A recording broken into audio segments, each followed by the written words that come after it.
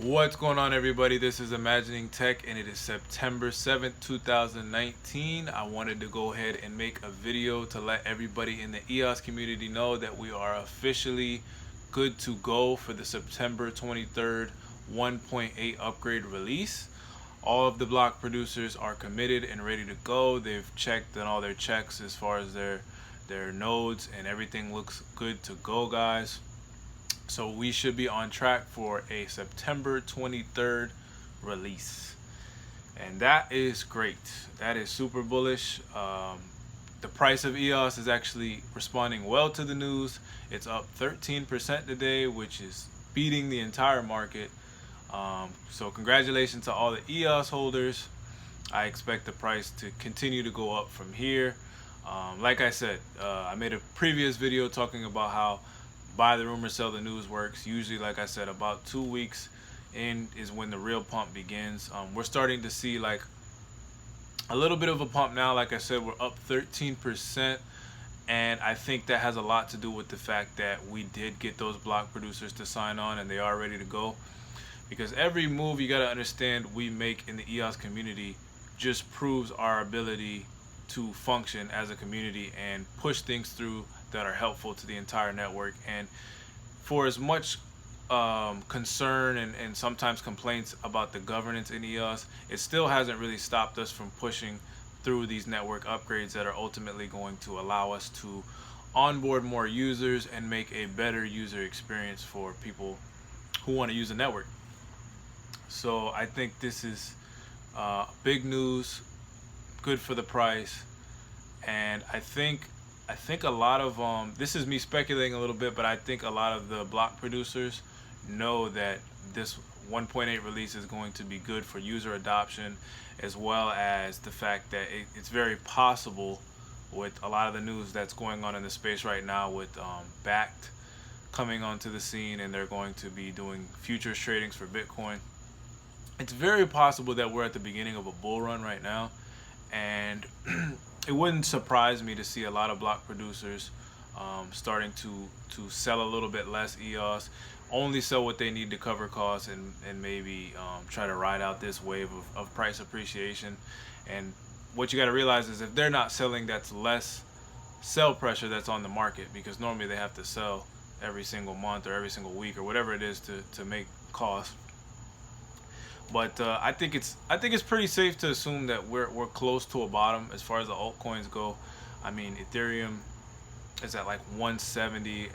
All-time high was like what, 1,200 or something like that.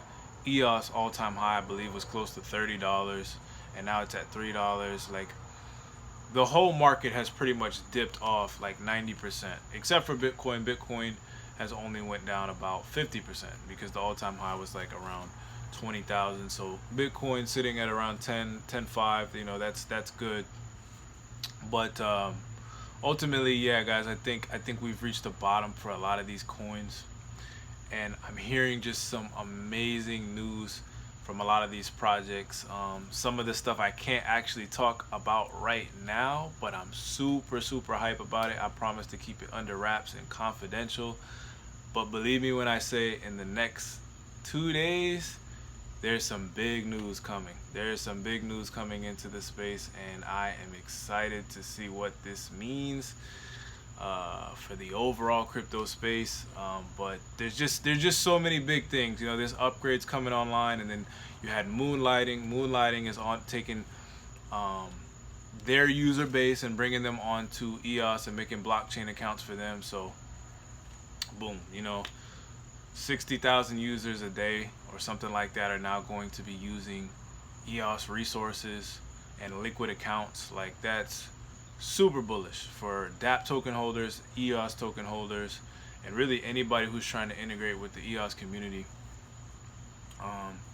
We know that 1.8 release is going to allow dApps to scale a lot more. So games being built on top of EOS right now are going to have access to VRAM. They're going to have access to liquid accounts. They're going to have access to oracles, and so they'll be able to sort of cross-chain their games a little bit. So, you know, the game DApp space is going to take off fairly soon as well. So this is kind of one of the big missing keys that we've been missing, is this 1.8 release, and that's going to allow a lot of gaming dApps to go to the next level as well. As well as the news about the PEG network. I made a video a couple days ago about the PEG network, and the PEG network, guys, like, that's really not to be underestimated in my opinion, just because the PEG network is so powerful in the idea that it's going to be able to allow any crypto token to have a stable token counterpart. Like, that is, you know, the more I think about it and the more I stew on it, like, that's absolutely critical for mass adoption. Like, I know kind of the underlying theme behind crypto is kind of like an anarchy to the system, and I get that, but I think the path of least resistance going forward is to try and work with the system and sort of wean away from the system. So, like, that's the best way to go at it, because going head on head with obviously the establishment is just never a good idea, because they have so many weapons and things. And ultimately, I think that you know, this is my personal belief, I don't think the government is necessarily bad. They're just people, and they're trying to do the best they can to protect other people. And sometimes they do things and they pass laws and regulations that aren't always helpful, and, you know, get in the way more than they help.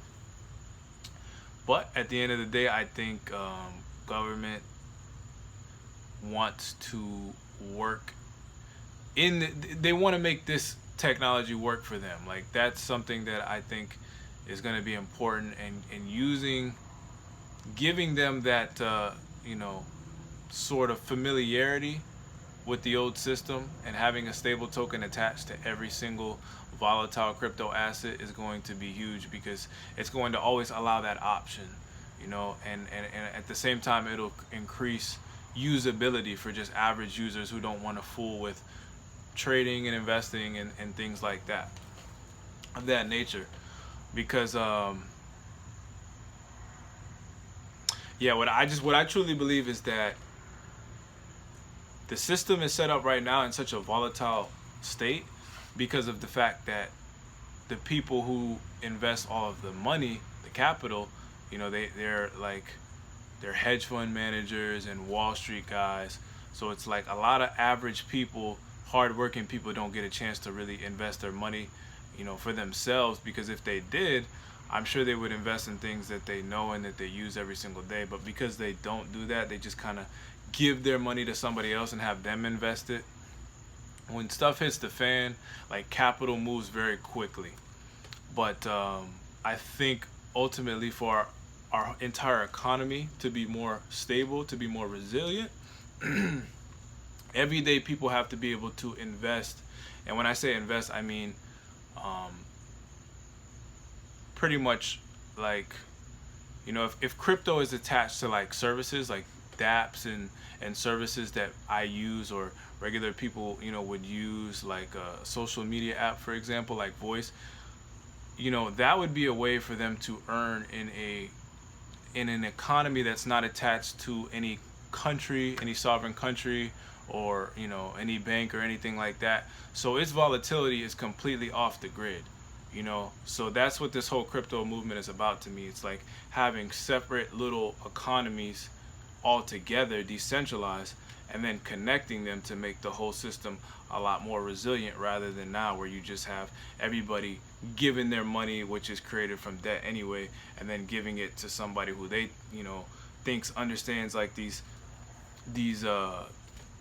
crazy complex technical instruments, financial instruments that people use to invest. And it's like, when you really think about it, like, not a lot of people understand it. Like, and if they did, like, how many people would really invest and get like negative interest rates, you know what I mean? But yet you still have people doing it, and it's like, it doesn't really make any sense, and the whole thing's a mess.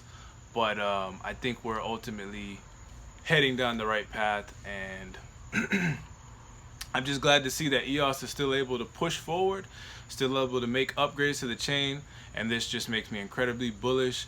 I'm expecting the price to continue to go up, guys, so I'm going to continue to be watching the price and I will keep you guys updated. Thank you guys so much for watching. Have a good one.